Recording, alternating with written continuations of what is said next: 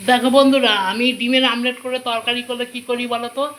আগে তরকারিটা আলু টালু ভেজে মশলা কষে তরকারিটা একটা অ্যালুমিনিয়ামের জায়গায় বসিয়ে দিই, স্টিলের বাসনে বসাই না। আর এদিকে দেখো, এই যে গোটা ডিমেরও হবে, এই যে ভাজা চলছে, গোটা ডিমেরও হবে, সরি। আর এদিকে দেখো আমলেটেরও হবে, দু রকমই হবে। তা এই এখন আমলেটটা দেখো এখন চলে যাবে ঝোলে। এরকমভাবে করলে না তরকারিটা তাড়াতাড়ি হয়ে যায়, নাহলে অনেকখানি সময় লাগে। আর এদিকে দেখো ডিমটা ভেজে নিলাম, নিয়ে এসে ডিমটা চলে গেল ঝোলে।